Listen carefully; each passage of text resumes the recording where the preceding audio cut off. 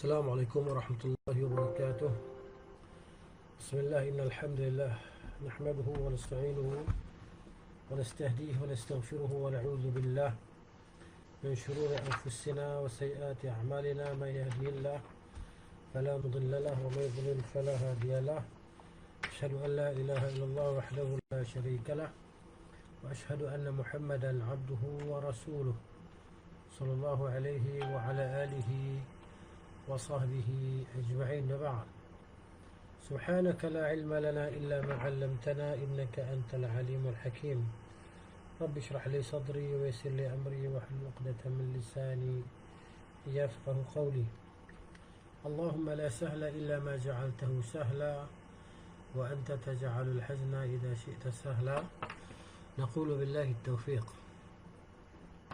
Pada malam ini insya-Allah kita sambung kitab Zadul Ma'ad fi Hadi Khairul Ibad pada muka surat 442, kitab terjemahan jilid yang kelima.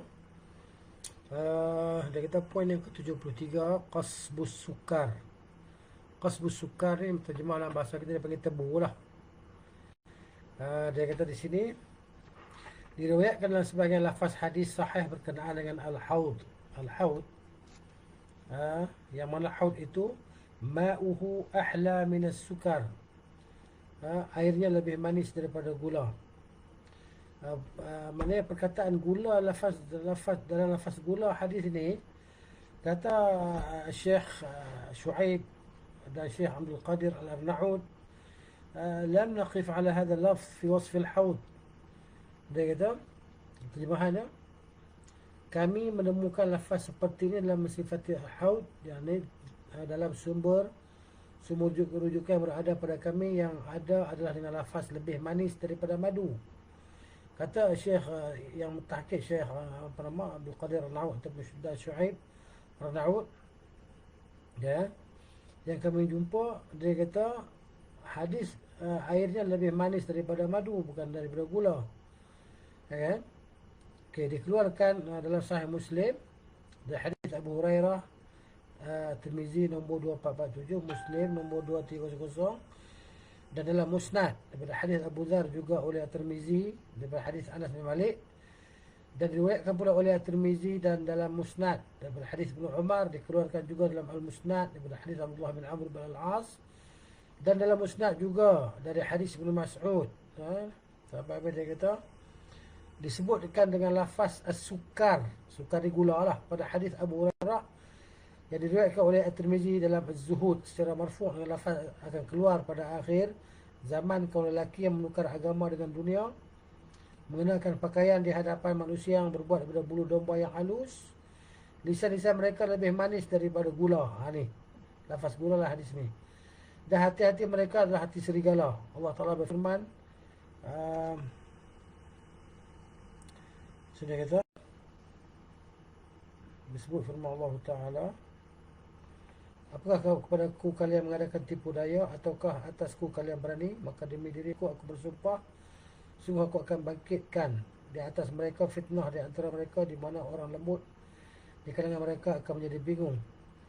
Pada saat terdapat Yahya bin Ubaidillah bin Abdullah bin Muhid, dia seorang perawi yang matruk. Ini hadisnya maknanya hampir kepada palsu lah, sebab perawi dia matruk. Tapi dia cerita tentang lafaz gula tu, dia nak cerita tentang lafaz air haud, di haudun Nabi SAW di mahsyar itu lebih manis daripada gula. Tapi tidak ditemukan perkataan gula ni dalam hadis melainkan tempat ni, kata Ibn Qayyim rahimahullah, ya kan? Tapi kalau ikut hadis yang lain, dia lebih manis daripada madu, begitu. Gula adalah komoditi baru. Gula ni, kan, dia kata di sini, lam yatakallam fiha mutaqaddimul atibah. Wa apa nama doktor-doktor, tabib-tabib yang terdahulu tidak pernah sebut tentang gula ni. Dia tak kenal gula pun, dia kenal madu je. Okey. Belum pernah diulas oleh kalangan medis terdahulu. Bahkan mereka memang belum pernah mengenalnya, yang gula. Yang diperkenal madu, sehingga mereka tidak mengkategorikannya sebagai minuman, sebab mereka tak kenal. Mereka hanya mengenal madu dan menggolongkannya sebagai ubat. Itu. Baik, tebu bersifat panas dan lembab.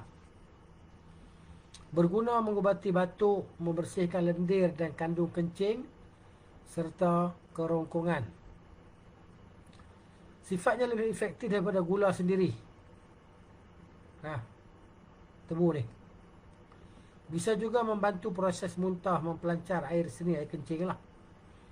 Dan menambah stamina. Ya, kita di sini. Okay. Kemudian Affan bin Muslim As-Saffar menandaskan, ini mengatakanlah.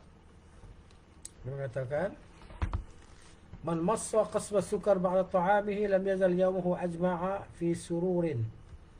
Intah. Dia kata apa? Barang siapa yang menghisap tebu setelah makan, ya, maka pada hari itu ia akan terus bergembira. Ada dia. Ini kata Affan bin Muslim As-Saffar. Tebu berkhasiat mengatasi gangguan dada dan tenggorokan bila terlebih dahulu dibakar. Bakar tebu tu kan. Baru ambil air dia, baru makan tebu tadi. Kunyah. Namun di samping itu juga bisa menimbulkan angin. Jadi angin itu bisa diatasi dengan terlebih dahulu dikupas dan dicuci dengan air panas. Saya teringat dulu masa di Pakistan, musim panas ya. Musim panas kita ni mudah terkena dengan typhoid lah, penyakit demam kuning. Jadi tahu tak ubat apa? Orang Pakistan ni dia jadikan ubat demam kuning air tebu. Banyak minum tebu. Siapa kena demam kuning? Tak, betul, ini pengalaman saya masa di Pakistan tahun 90-an dulu. Bila kena demam kuning, kita minum air tebu ya. Air tebu, lepas tu dia bila masa dia mesin tebu tu kan, dia akan potong limau nipis. Dipotong masa dia bubuh sekali dengan tebu tu. Nanti bila dia perah, masuk dalam jar kan, air tebu dia rasa masam. Masam manis. Itu cara dia orang lah. Mungkin dia orang kata untuk sejukkan badan kot dalam musim panas kan. Jadi musim panas kita banyak minum air tebu. Masa di Pakistan ni kita. Sekarang ni mungkin sampai sekarang pun macam tu jugalah. Itu cerita tentang tebu ni. Bersifat panas dan lembab dia kata. Dikupas, dicuci dengan air panas. Okey. Kalau dia orang tak lah, dia orang basuh, dia orang tak kupas. Dia orang kupas, saya tak ingat lah. Kan dia basuh, dia terus mesin dengan kulit dia. Gula tebu sendiri bersifat panas dan lembab. Menurut pendapat yang benar, ada yang berpendapat bahawa sifatnya adalah dingin. Yang terbaik kan adalah yang berwarna putih dan tabarzat yang bening. Tabarzat ni maksudnya perang. Warna dia perang. Ni gula perang ni.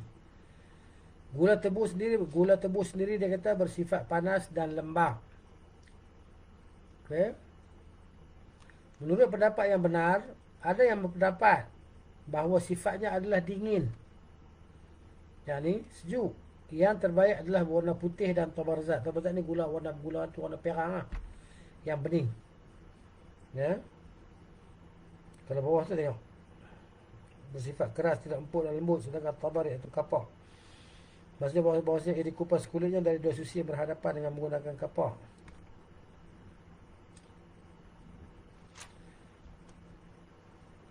Gula yang agak lama lebih lembut dari yang baru. Bila dimasak hingga berbuih, bisa meredakan haus dan batuk. Ni air tebu tu bila dimasak kan sampai dia berbuih. Dimasak sampai berbuih, bisa meredakan haus dan batuk. Namun gula juga bisa membahayakan lambung yang menghasilkan enzim untuk proses metabolisme. Untuk mengatasi efek sampingnya bisa dicampur dengan jeruk nipis, air limau nipis. Sebab tu saya beritahu tadi kan, kalau orang Pakistan, di negara Pakistan kan, dia orang bila mesin tebu, dia orang akan potong limau nipis, dia orang akan letak kat tebu sekali, dia orang akan mesin sekali dengan buah-buah limau tu. Nanti air tebu tu akan rasa masam. Okay. Limau nipis, bitter orange, limau masam ke, atau limau lafar. lemon yang sudah dikupas atau yang masih kecil sekali. Sebagai orang ada yang menganggapnya lebih baik daripada madu. Sebagai orang, kerana dianggap tidak terlalu panas dan lebih lembut. Itu jelas merupakan pelecehan terhadap khasiat madu. Sesungguhnya khasiat madu berlipat-lipat lebih banyak daripada gula. Kerana Allah telah menjadikan madu sebagai ubat dan penyembuh, sebagai lauk dan manisan. Khasiat apa dari gula yang bisa disetarakan dengan madu? Mana ada? Madu yang terbaik. Untuk memperkuat lambung, memperlunak kotoran, maksudnya melembutkan najis kita, mempertajam mempandangan mata, mengubati rabun, sesak nafas, mengubati lumpuh dan strok ringan, serta berbagai jenis penyakit yang dingin yang menimpa tubuh kerana unsur lembab sehingga tersedut dari dasar perut dan dari seluruh tubuh. Bahkan juga saya kata bisa menjaga kesihatan, memanaskan tubuh, menambah stamina, melakukan pembakaran dan pembersihan dalam badan kita lah. Ya.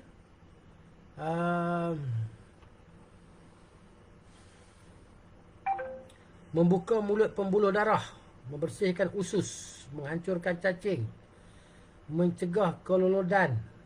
Tersumbatnya, apa dia kelolodan ni? Tersumbatnya saluran tenggorokan kerana terlalu banyak masuk makanan, serta pembusukan. Di samping itu madu juga bisa menjadi lauk yang baik, cocok untuk orang yang berkelebihan dalak dahak, yang berkelebihan kahak ni kan, manula. Manula ni apa benar manula ni, bahasa Indonesia ni. Jadi jenuh cari dalam kamus di Indonesia tak jumpa. Rupanya manula ni makna dia manusia lanjut usia, orang tua. Dalam kitab Arab dia kata wal masyayikh, orang-orang tua. Jadi manula ni singkatan ataupun ringkasan daripada perkataan manusia. Kan? Manusia. Manusia lanjut, manusia, lanjut usia. Kan? Jadi kita cari dalam kamus Indo tak jumpa lah. Kena Google cari rupanya ini makna dia. Habis tu soda madu kan. Dan mereka yang memiliki metabolisme dingin, kesimpulannya tidak ada sesuatu yang lebih berkhasiat daripada madu. Apakah gula memiliki seluruh khasiat itu atau yang mendekati seluruh khasiat itu? Tentunya tidak. Madu yang terbaik. Okey. Jadi kita tengok dalam internet ada orang jual madu kan. Madu ni risau juga kita nak beli, kita tak tahu ke. Kita tak tahu dia punya keaslian dia apa semua kan. Tapi tengok macam Dr. Bazrul saya tengok dia cerita tentang dia jual madu, orang yang makan madu dia yang sakit kecil manis, yang pakai insulin dah tak pakai insulin semua kan. Dan sebab dia ambil madu. Silat-silat kita guna kalau kita ambil madu yang tidak asli boleh menyebabkan kanser darah dan sebagainya, kita tak tahu kan. Jadi berhati-hatilah. Tak boleh madu ni pun. Habis kita huruf fa, qaf, huruf qaf. Kita masuk pada huruf kaf. Huruf kaf yakni kitabun, dia kata apa sini?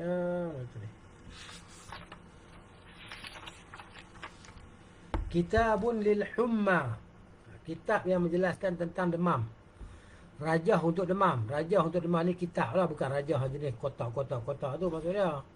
Kitab tulisan, sesuatu yang ditulis untuk tulis padanya ayat Quran apa untuk mengubati demam. Itu humma ni maknanya demam lah.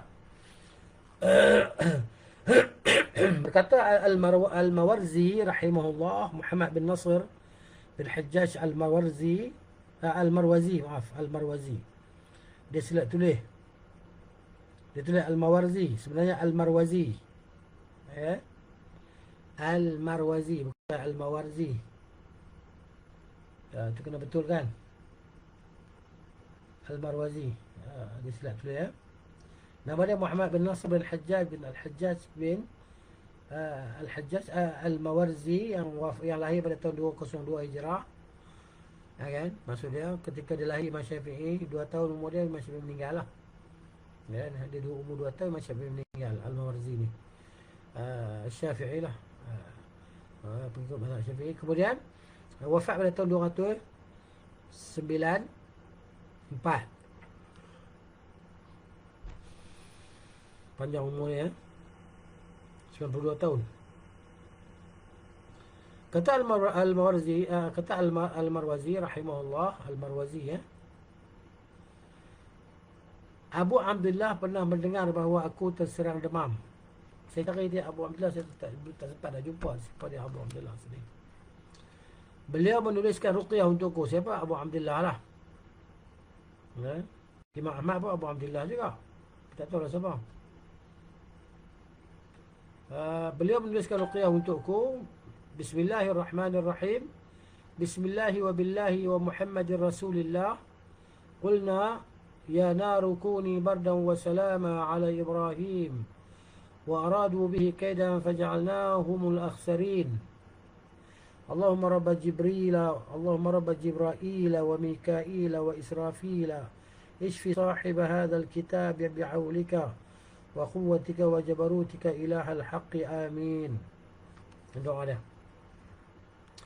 Tengok, dengan nama Allah Ar-Rahman Ar-Rahim, dengan pertolongan Allah dan dengan ajaran Muhammad Rasulullah kami berfirman. Allah Ta'ala berfirman, hai api, jadilah dingin dan menjadi keselamatanlah bagi Ibrahim. Mereka hendak membuat makar terhadap Ibrahim, maka kami menjadikan itu mereka orang-orang yang paling merugi. Ya Allah Jibril, ya Allah, Allahumma rabba Jibril, ya Allah Tuhan Jibril, kan? Dan Mikail dan Israfil, sembuhkanlah pemegang ruqyah ini dengan daya dan kekuatan serta kekuasaanmu, wahai ilahul haq, amin. Mana ambil lah ni, saya tulis apa di mana dia kertas di mana kan, gitu. Al-Marwazi menyatakan rajah itu dibacakan kepada Abu Abdullah dan saya sendiri mendengarnya. Kan? Dibaca siapa baca? Abul Munzir, Amr bin Mujma'. Saya cek tadi dia punya darjat dia didhaifkan oleh sebagian ulama lah Abu Munzir ni. Ya, katanya apa nama? Ada berkata dia dhaif. Dia menceritakan sebuah hadis kepada kami. Ia berkata, Yunus bin Hibban telah menceritakan kepada kami. Ia berkata, aku pernah bertanya kepada Abu Ja'far Muhammad bin Ali tentang hukum mengalungkan ruqyah. Ikat-ikat, tulis-tulis di kertas, ikat di leher. Beliau menjawab, kalau berasal daripada kitab Allah atau ucapan Nabi SAW, silakan kalungkan dan mintalah kesembuhan sebatas yang kamu bisa lah. Yang kamu boleh. Aku berkata, kalau begitu, tulislah ruqyah ini untuk mengubati demamnya. Ya. Bismillahi wa billahi wa Muhammadir Rasulillah. Dengan nama Allah dan dengan pertolongan Allah dan Muhammad Rasulullah. Hingga akhirnya ia menjawab, ya.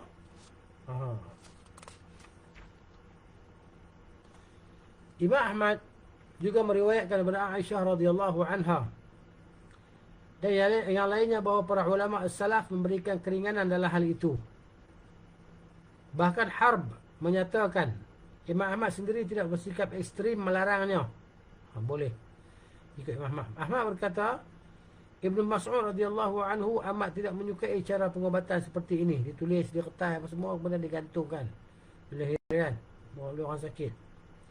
Ahmad juga pernah ditanya tentang rajah yang dikalungkan. Rajah ni sesuatu yang dituliskan ayat Quran padanya kan, pernah digantungkan di leher saat tertimpa musibah. Kan, ketika sakit ke demam ke. Beliau menjawab, aku mengira itu tidak apa-apa. Sementara Al-Khallal menceritakan, Abdullah bin Ahmad menceritakan sebuah riwayat kepada kami. Ia berkata, aku pernah melihat ayahku menuliskan semacam rajah untuk orang yang ketakutan dan untuk menyembuhkan demam kerana tertimpa musibah. Ya. Habis tu. Jadi kalau nak buat, mana bila dah kena musibah tu bolehlah buat kan, tulis Al-Quran tadi, dipakai kan. Jadi letakkanlah pakai baju ke apa ke kan, digantung ke, tak kisahlah. Gitu. Kalau ikut fatwa Imam Ahmad, kalau ikut Ibn Mas'ud memang tak bagi ya. Radhiyallahu anhu. Baik, ruqyah untuk susah melahirkan. Ini susah nak beranak, orang kata perempuan nak melahirkan bersalin ni kan, payah. Ini ruqyah dia ada.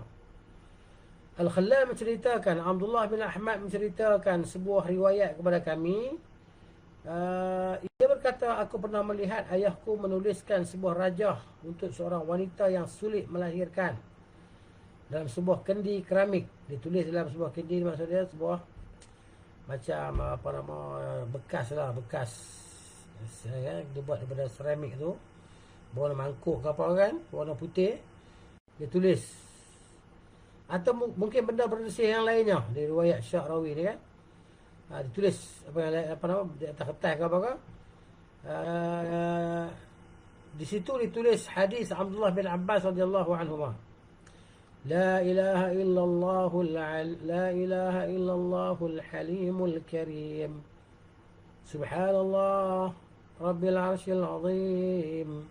Alhamdulillahi rabbil alamin. كأنهم يوم يرونها لم يلبثوا إلا عشية أو ضحاها.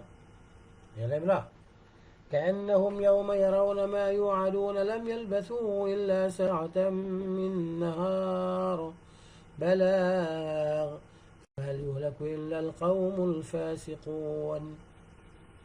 Baik, tidak ada yang berhak diibadahi secara benar melainkan Allah Al-Halim Al-Karim, Maha suci Allah Rabb dan Al-Arash yang agung. Segala puji bagi Allah, Rabb di sekalian makhluk. Mereka seakan-akan tidak tinggal di dunia melainkan sebentar saja, di waktu sore atau pagi. An-Nazi'at 46. Mereka melihat azab yang diancamkan kepada mereka. Mereka merasa seolah-olah tidak tinggal di dunia melainkan sesaat pada siang hari. Inilah suatu pelajaran yang cukup, maka tidak dibinasakan melainkan kaum yang fasik.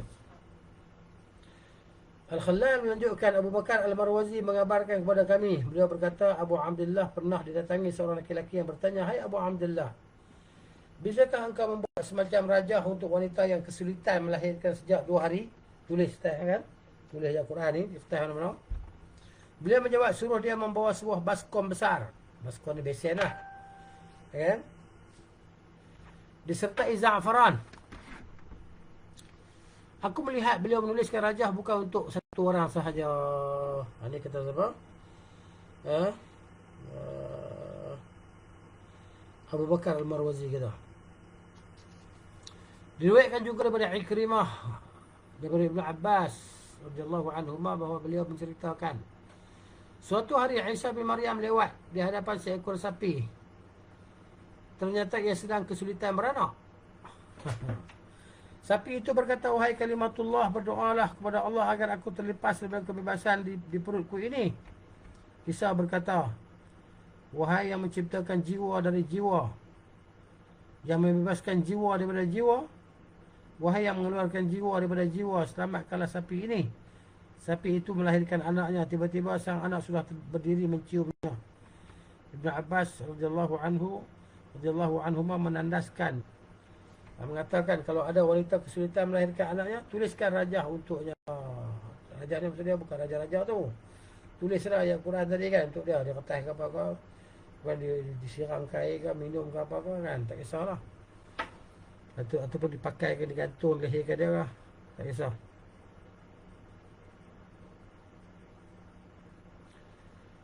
Kemudian, seluruh jenis ruqyah disebutkan di atas amat berguna bila ditulis. Itu dia. Banyak ulama yang memberikan kelonggaran hukum untuk ditulisnya ayat Al-Quran. Bahkan mereka meyakini itu sebagai bentuk penyembuhan yang diperbolehkan oleh Allah Subhanahu wa ta'ala. Bentuk ruqyah atau rajah lain adalah yang ditulis di sebuah bejana yang bersih. Itu pula kan. Tulis di bejana yang bersih, kemudian dibasuh dengan air, kemudian diminumlah air itu, ataupun disiram. إذا السماء انشقت وأذنت لربها وحقت وإذا الأرض مدت وألقت ما فيها وتخلت. Apabila langit terbelah dan patuh kepada Rabbnya, dan sudah semestinya langit itu patuh. Apabila bumi diratakan dan memuntahkan apa yang berada di dalamnya dan menjadi kosong, lalu airnya diminum oleh wanita hamil dan dipercikkan ke perutnya.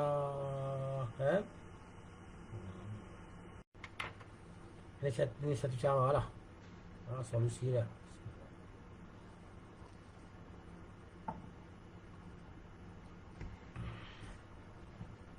Ruqyah atau rajah untuk sakit mimisan. Okey, sakit mimisan daripada ar-ru'af. Ar-ru'af ni darah keluar dari hidung.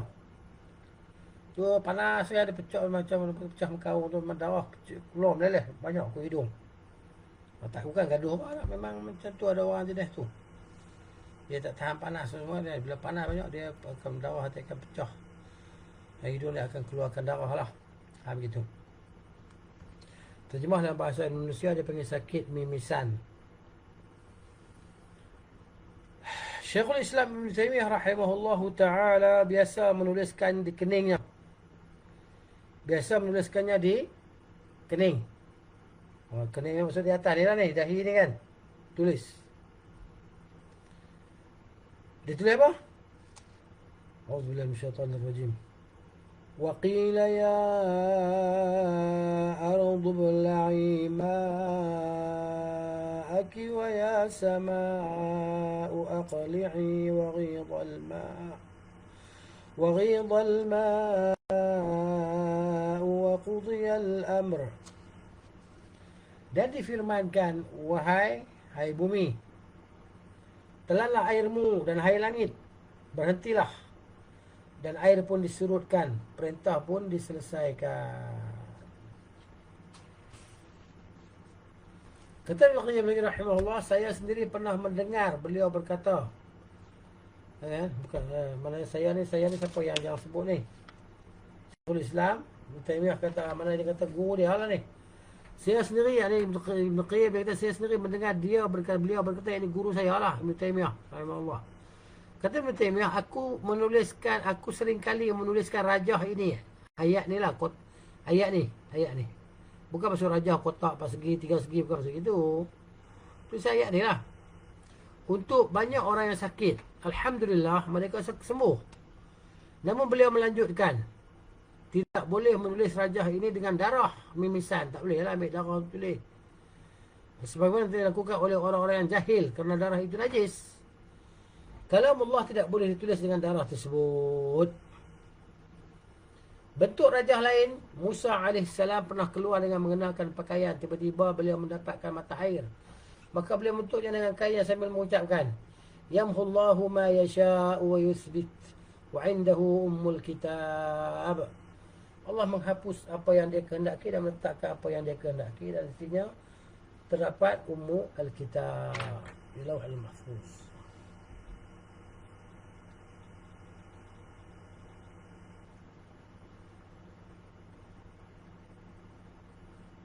Rajah untuk tetanus. Tetanus ni penyakit tau. Penyakit apa? Dia lichen planus ni. Lichen planus ni Lichen PLNUS. Dia ni penyakit jenis macam penyakit macam mana? Penyakit worm, eczema tu. Tapi teruk sangat. Dia worm dia kan. Dia biji-biji kan. Dia jadi biji-biji di tangan. Kan? Di muka, di mana lagi di belakang, dia jadi macam eczema tu kan. Itu panggil lichen planus. Dia macam kita panggil apa, eczema kot lah. Atau apa benda tak kisahlah. Dia jadi ruam di badan penuh tu. Ruam kan, gatal dia tak boleh panas tu kan. Itu dia. Baik, ada dituliskan. Bisa dituliskan, boleh dituliskan fa asabaha i'sarun fi fahtaraqat. Tulis ni. Ambil kertas apa tulis kan. Maka kebun itu ditiup angin keras yang mengandung api, lalu terbakarlah. Yamhullahu bihaulillahi wa quwwatihi, dengan daya dan kekuatan daripada Allah Subhanahu wa taala. Rajah lain tulisan lain lah. Saat sinar matahari mula menguning, dituliskan rajah berikut. Ini ayat berikut lah di kertas tu kan. A'udzubillahi minasyaitanirrajim. Ya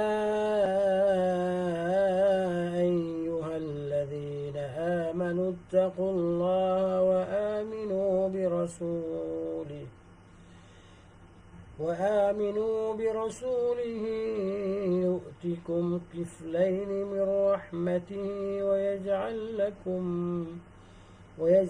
لكم نورا تمشون به ويغفر لكم والله غفور رحيم. Hai orang-orang yang beriman kepada para rasul alaihi wassalatu wassalam, bertakwalah kepada Allah dan berimanlah kepada Rasulnya SAW. Nescaya Allah akan memberikan rahmatnya kepadamu dua bahagian dan menjadikan untukmu cahaya yang dengan cahaya itu kamu dapat berjalan, dan dia mengampuni dosa, dan Allah maha pengampun lagi maha penyayang. Alhamdulillah. Kemudian rajah untuk mengubati demam segitiga. Saya dah cari juga semua demam segitiga ni. Okay. Akhirnya dapat juga lah, tapi tak lengkap lah pendapatan dia tu. Jadi saya dah buat tulis demam segitiga. Okay. Dia dipanggil mata khufi salasati ayyam. Dan dia akan, kita akan sakit demam tu selama 3 hari lah dia kata. Kan? 3 hari ataupun 3 hari setengah ke, macam tu.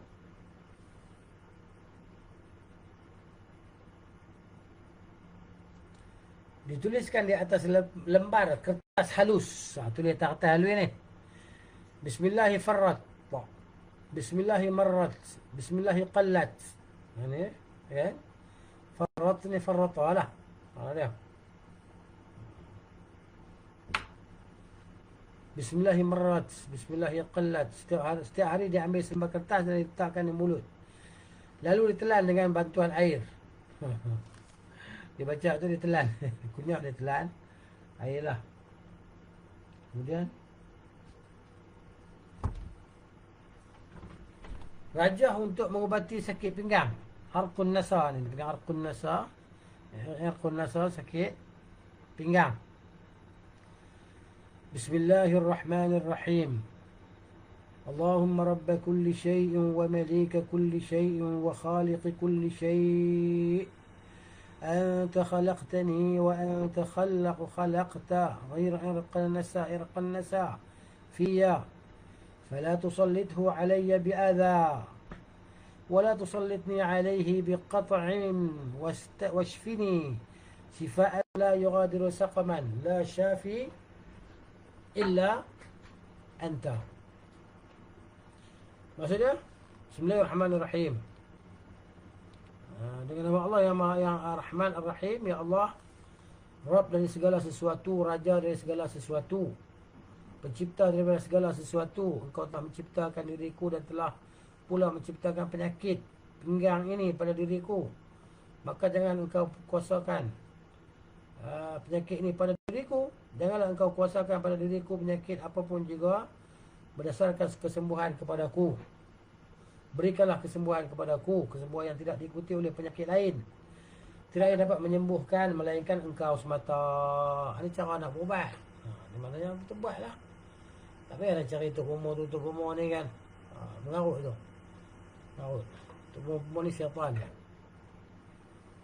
Kemudian rajah untuk mengubati penyakit salah urat pula. Salah urat ni.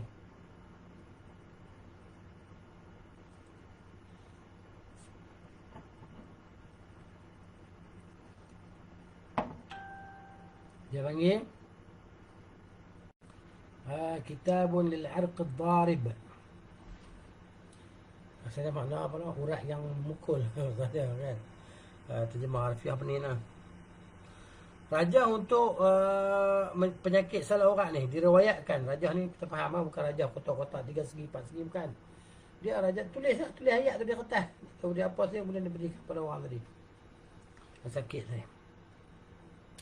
Diriwayatkan oleh At-Tirmizi dalam jami'nya daripada hadis Ibnu Abbas radhiyallahu anhuma bahawa Rasulullah sallallahu alaihi wasallam pernah mengajarkan kepada mereka ruqyah untuk mengubati penyakit demam dan segala penyakit lainnya, yakni dengan mengucapkan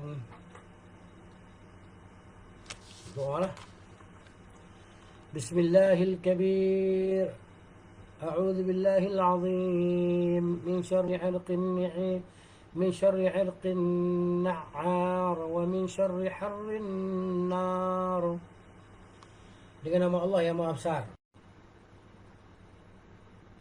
aku berlindung kepada Allah yang Maha Agung dari kejahatan penyakit, salah urat, serta keburukan panasnya api. Jadi semua dia ajar oleh Nabi SAW dan segala perkara. Nak berubat, nak apa pun semua Nabi ajar lah kan. Senang. Cuma yang ada ilmu ataupun tak ada ilmu ya. Yang belajar ada ilmu lah, yang tak belajar tak ada ilmu lah. Kan? Tak ada perkembangan ilmu, tak ada. Ilmu kalau ada pun tekat tu je. Ilmu tak berjambah lah. Baik. Tulisan untuk sakit gigi pula. Untuk sakit gigi boleh juga tulis apa-apa ni. Tuliskan saja di pipi yang berdekatan dengan gigi yang sakit kalimah berikut ini. Tulis apa? Tulis dengan jari tak apalah. Kan? Tulis dengan tangan. Tulis dari apa-apa.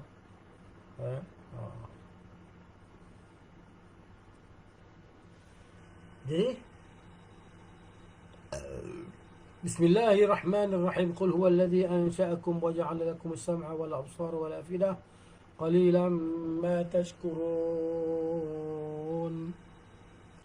Dengan nama Allah Ar-Rahman dan Ar-Rahim, katakanlah, dialah yang menciptakan kamu dan menjadikan bagi kamu pendengaran, penglihatan dan hati. Tapi amat sedikit kamu bersyukur. Amat sedikit kamu bersyukur. Bisa ditambah dalam ayat berikut. A'udzubillahi minasyaitonir rajim. Wa lahu ma sakana fil laili wan nahar wa huwas samiul alim.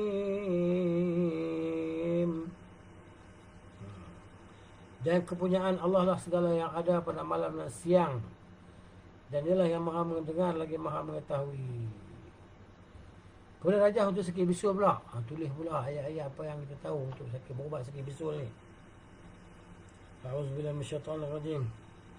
Wa yas'alunaka 'anil jibali faqulna yansifuha rabbi nasfa fayadharuha qa'an safsafa la tara fiha 'ajaban wa 'iwajan wa la amna.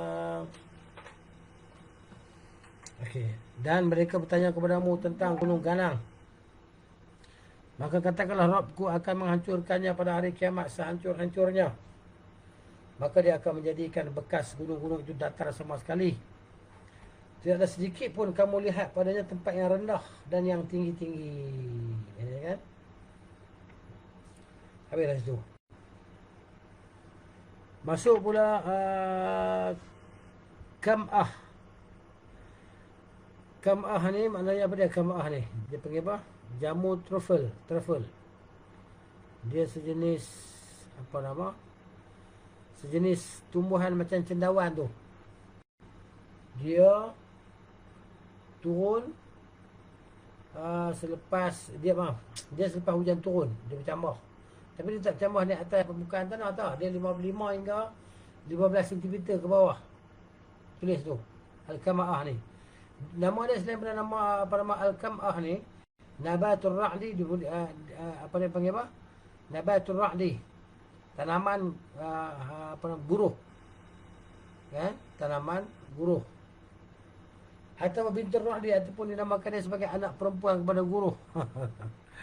Atau Al-Ablash. Macam-macam nama dia ni.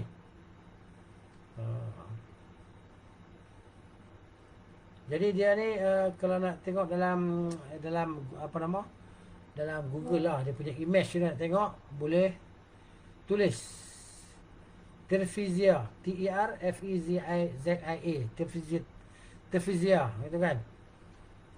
Jadi maknanya itulah dia Kam'ah tadi. Saya tengok tadi dia macam bentuk cendawan tu, tapi dia bukan cendawan, dia bulat, dia gali dalam tanah. Dia pergali-gali dalam tanah dapat. Dia maknanya dia berat dia sampai 50 gram tu. Mahal juga $20. Mahal. Tempat kita tak ada. Ya? Tempat kita tak ada ni. Tengok, siapa nak tengok rupa dia lagi, boleh Google tulis Terfizia ni. Atau dalam bahasa Arabnya Kam'ah lah. Kaf mim hamzah. Alif, lepas tu ada hamzah atas dia, lepas tu ta marbutah. Baik, diriwayatkan dengan sahih daripada Nabi SAW bahawa beliau bersabda al-kam'atu minal manni. Jamu trufle itu termasuk bahagian daripada madu syurga. Airnya mengandung ubat untuk mata. Kan? Maknanya al-kam'atu minal man. Al-mannu wassalwa Allah turunkan kan dia sebagai madu kan. Pada dia mannu wassalwa tadi. Jadi dia adalah daripada al-man lah, sejenis madu. Manis. Airnya boleh buat ubat sakit mata. Ibn al-Arabi menyatakan kata kam'ah adalah jamak daripada kata kam'un, iaitu bertentangan dengan aturan perubahan kata dalam bahasa Arab. Kerana antara lafaz jamaknya dengan tunggalnya dibezakan dengan huruf ta. Seharusnya kata tunggalnya dengan ta, sementara jamaknya tidak. Apakah memang benar itu kata jamak atau hanya merupakan simbol jamak sahaja? Ada pun pendapat dalam persoalan ini yang sama-sama popular. Mereka menyatakan bahawa yang keluar dari aturan hanya ada dua kata. Pertama kam'ah dan kam'un. Kedua kam'ah dan khab'un. Selain Ibn Arabi menegaskan sebenarnya itu sesuai dengan aturan bahasa. Namun al-kam'ah itu adalah jamaknya, tunggalnya kam'un.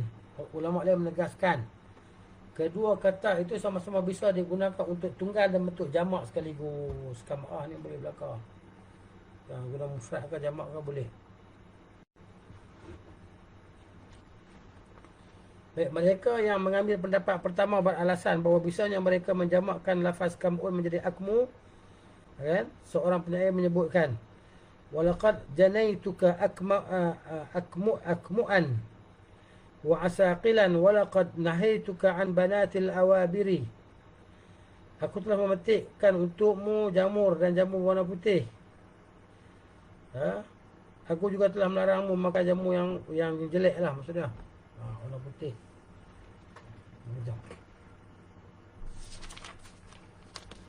Syair ini menunjukkan bahawa akmu adalah kata tunggal. Jamaknya kam'ah. Kam'ah atau jamur truffle, cendawan ni. Terfizia ni muncul di tanah tanpa ditanam. Tanpa tanam, tak tanam pun. Di dalam tanah. Disebut kam'ah maknanya tutup. Kerana memang tertutup tempat tubuhnya. Dalam bahasa Arab diungkapkan persaksian itu dalam kam'ah.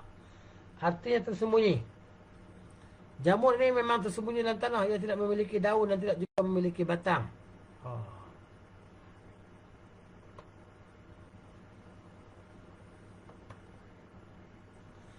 Materinya berasal daripada unsur bumi yang menguap. Menguap. Unsur bumi yang menguap. Kemudian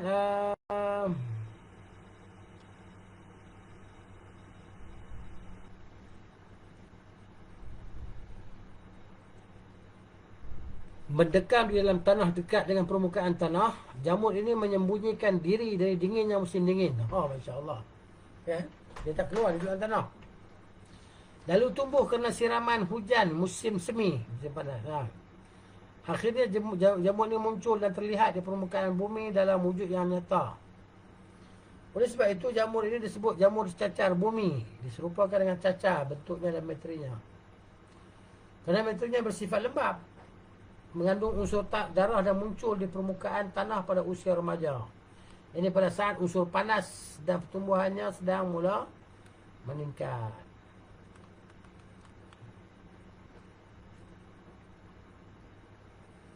Baik, jamur. Jamur ni apa jamur? Jamur ni macam tu lah. Macam apa nama? Cendawan. Macam tu. Jamur ni muncul di musim semi. Musim panas lah. Bisa dimakan mentah atau setelah dimasak. Boleh makan mentah macam tu. Boleh masak. Kalangan orang Arab menyebutnya tumbuhan guntur. Pada saat banyak guntur terdengar. Tumbuhan guntur ni nabatu ar-ra'di. Ra'di ni kilat, guruh. Jadi tumbuhan guruh. Kerana banyak sangat guntur terdengar. Ya? Kerana banyak sangat bunyi guruh. Tumbuhan ini pun terlihat makin banyak. Bila guruh bunyi banyak kali, dia pun banyak. Bumilah yang memunculkan tumbuhan ini. Jamu truffle ini termasuk makanan orang-orang pedusunan. Banyak terdapat di negeri Arab. Yang terbaik adalah yang tumbuh di tanah berpasir yang sedikit airnya. Jenisnya pun bermacam-macam. Ada yang beracun, ada yang beracun, warna cenderung kemerahan, bisa menyebabkan sesak nafas. Sifat dingin dan lembab pada tingkatan ketiga tidak baik untuk lambung. Lambung ni perut lah. Sulit dicerna. Kalau seseorang kecanduan memakannya, bisa terserang lumpuh, strok dan sakit lambung. Makan ni maksudnya makan terlampau heavy lah, makan terlampau banyak. Serta sulit buang air kecil. Gitu. Yang masih basah lebih sedikit efeknya di sampingnya dibandingkan yang sudah kering. Siapa yang hendak memakannya hendaknya memendamnya di tanah liat. Memendam tu dalam tanah liat. Bekas tanah liat lah. Lalu merebusnya dengan air garam dan thyme. Thyme tumbuhan pengharum makanan. Menyantapnya dengan minyak zaitun dan bumbu-bumbu panas dan pedas. Kerana materinya berasal dari unsur bumi yang liat. Gizinya memang miskin sekali lah. Dia punya zat tak banyak lah. Akan tetapi mengandung air yang menunjukkan tumbuhan ini ringan. Bila digunakan sebagai celak, berkhasiat mengubati mata rabun dan penyakit mata panas.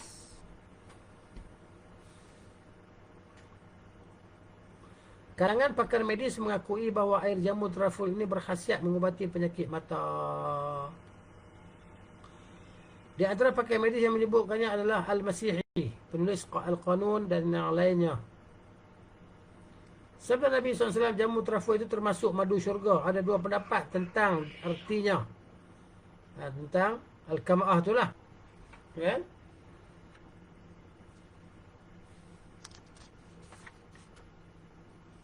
Okey, pendapat pertama dia kata, bahawa madu yang diturunkan kepada Bani Israel bukanlah madu manis sahaja. Tetapi di samping itu banyak lagi yang Allah berikan kepada mereka berupa tumbuhan yang ada begitu saja tanpa ada yang membuat, merawat atau menanamnya. Kerana kata man yang diterjemahkan sebagai madu syurga adalah kata benda yang berarti kata maf'ul. Jadi objek. Artinya adalah sesuatu yang dikurniakan. Segala yang Allah rezekikan secara mutlak tanpa campur tangan sang hamba dan tanpa perbuatan darinya, itu termasuk kurnia Allah terhadapnya. Kerana tidak serupa dengan hasil pekerjaan seorang hamba, tidak tercampuri oleh hasil keringat seorang hamba. Ini dia. Boleh? Sehingga dia nak jual.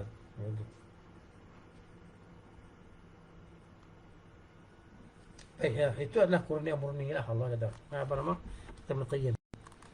Kurnia murni semata-mata kurniaan je lah, tak ada apa-apa balasan. Meskipun seluruh kenikmatan juga bisa disebut man atau kurnia terhadap hamba, namun kenikmatan yang tidak diusahakan dan dihasilkan oleh seorang hamba diberi kekhususan dengan sebutan man atau kurnia lah. Kerana sifatnya memang kurnia tanpa perantaraan seorang hamba. Bahkan Allah menjadikan makanan pokok mereka saat kehilangan pegangan jamu truffle ini, sehingga menggantikan posisi roti. Nampak? Jadi maknanya cendawan lah untuk bola tanah tu. Kalau tengok atas dasar tak nampak, dia kena gali tempat ni. Tapi orang pakar dia tahulah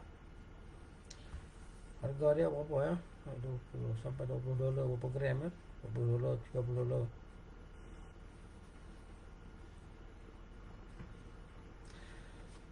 Sementara lauk mereka adalah salwa, yakni burung puyuh lah, yakni menggantikan daging biasa. Sementara untuk manisannya Allah memberikan kepada mereka air embun yang turun di pepohonan, bisa menggantikan posisi gula. Hidup mereka pun menjadi sempurna, yakni Bani Israel kan. Allah Ta'ala cerita tentang puak Bani Israel. Cermatilah sabda beliau SAW, jamur truffle adalah madu syurga yang Allah turunkan kepada Bani Israel. Allah menjadikannya sebagai bahagian daripada madu syurga, sebagai satuan dari sekian kurnia surgawi, kerana at-tarnajabin, yang madu yang turun, yang turun di pohon, termasuk bahagian daripada madu syurga atau kurnia Allah. Maka akhirnya kata man lebih umum daripada arti madu menurut kebiasaan. Baik, ni kita baca je lah kan. Nak hurai apa? Ya al-kama'ah tu kan nak cerita nak cerita betul rupa dia. Dia macam bentuk ubi kentang pun lah, tapi ubi kentang ni licin, jadi kasar. Macam rupa bentuk buah mengkudu sikit macam tu lah.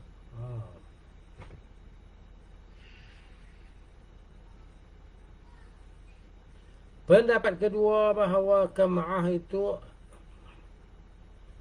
memang menyerupai madu syurga yang turun daripada langit,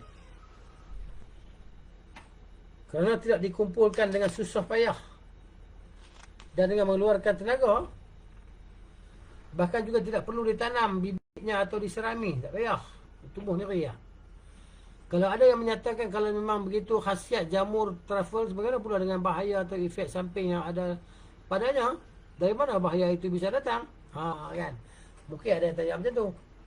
Jadi kata Syekh di sini harus diketahui, naklah diketahui bahawa Allah telah menciptakan segala sesuatu dengan sempurna, telah mewujudkan segala sesuatu secara paripurna. Pada saat memulai menciptakan sesuatu, Allah telah membebaskan ciptaannya dari cacat dan celah.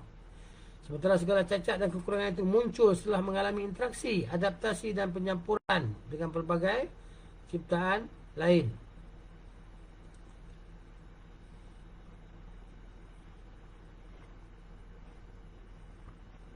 Dia kata di sini harus diketahui bahawa Allah telah menciptakan segala sesuatu dengan sempurna, telah mewujudkan segala sesuatu secara paripurna. Okey. Pada saat memulai menciptakan sesuatu, Allah telah membebaskan ciptaannya daripada cacat dan celah.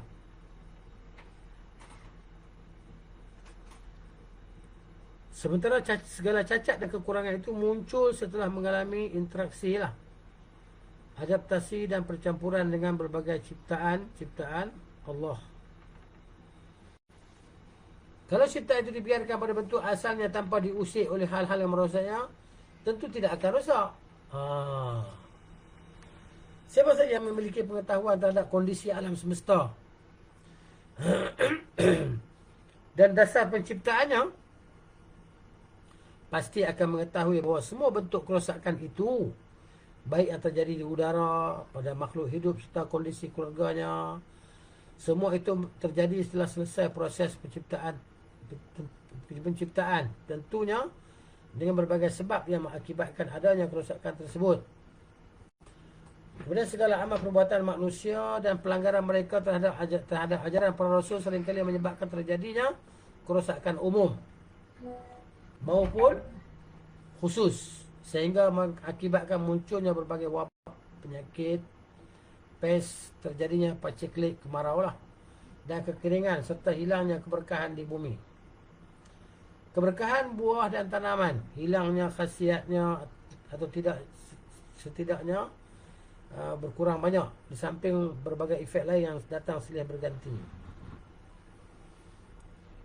Kalau pengetahuan kita tidak bisa mencapai hal itu, cukup fahami saja firman Allah Ta'ala. Kalau tak faham apa yang cerita atas ni kan, belik-belik panjang-panjang, faham ni dah. Allah kata, a'udzubillahi minasyaitanirrajim, zahara al-fasadu fil barri wal bahri bima kasabat aydin nas. Telah nampak kerosakan di darat dan di laut disebabkan kerana perbuatan tangan manusia. Dan kata Syekh sini rahimahullah ta'ala, silakan korelasikan makna ayat ini dengan kondisi alam semesta, cocokkan dengan realitas yang ada, mengamkan. Pasti kita akan melihat proses terjadinya berbagai macam bencana, penyakit pada setiap waktu, menimpa buah-buahan, tanam-tanaman atau makhluk lain. Kita juga akan mengetahui proses terjadinya berbagai macam bencana demi bencana yang datang silih berganti, Setiap kali umat manusia melakukan kezaliman dan kefasikan, pasti Rabb mereka akan memunculkan berbagai bencana dan penyakit pada makanan. Buah-buahan, lembah, air, badan, tubuh dan fizik mereka. Bahkan juga pada wujud dan penampilan mereka. Lalu Allah menggantikan akibat berbagai kekurangan dan bencana tadi dengan munculnya perbuatan kezaliman dan kefasikan mereka yang lain. Dahulu ukuran gandum, jawawut dan sejenisnya lebih besar daripada ukuran yang sekarang ini. Berkah pada semua tanaman itu juga lebih banyak daripada berkahnya saat sekarang ini. Diriwayatkan oleh Imam Ahmad dengan sanadnya bahawa konon pada gudang harta Bani Umayyah ditemukan sebuah pundi berisi biji gandum sebesar biji kurma. Di pundi itu tertulis, ini adalah tanaman yang tumbuh di masa-masa keadilan. Kisah ini dituturkan dalam Musnad beliau setelah asar yang beliau riwayatkan sebelumnya.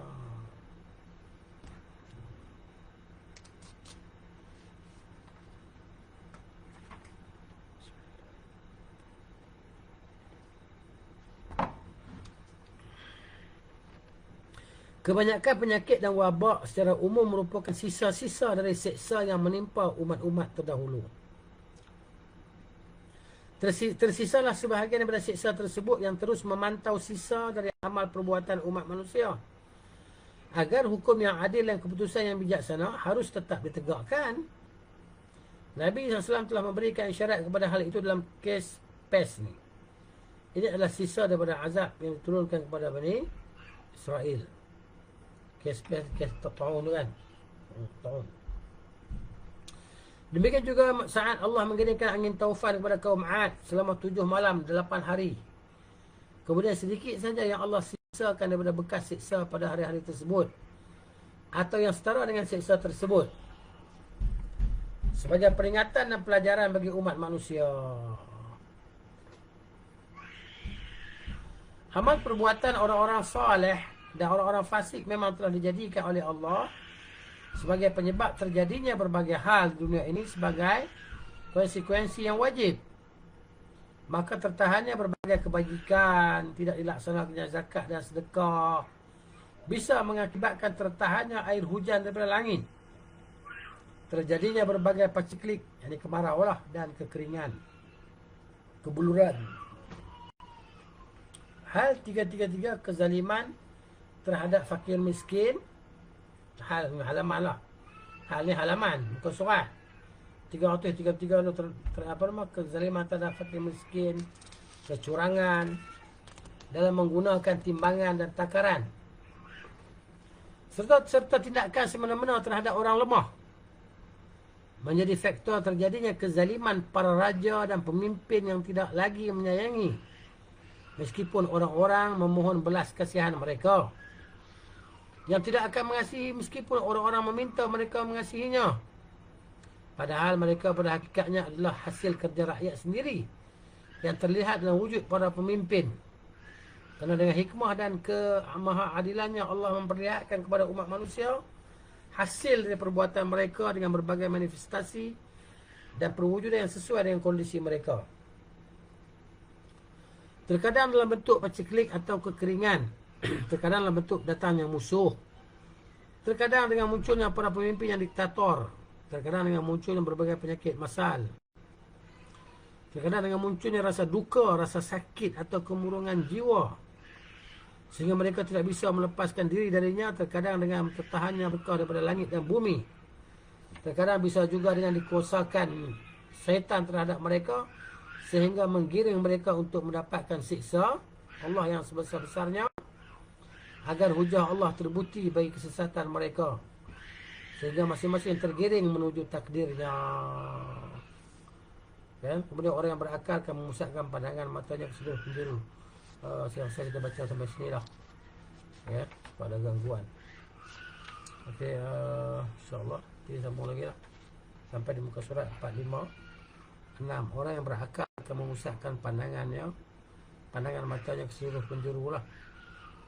Wassallallahu ala nabiyyina Muhammad wa ala alihi wa sahbihi ajma'in. سبحانك اللهم وبحمدك أشهد أن لا إله إلا أنت أستغفرك وأتوب إليك. السلام عليكم ورحمة الله وبركاته.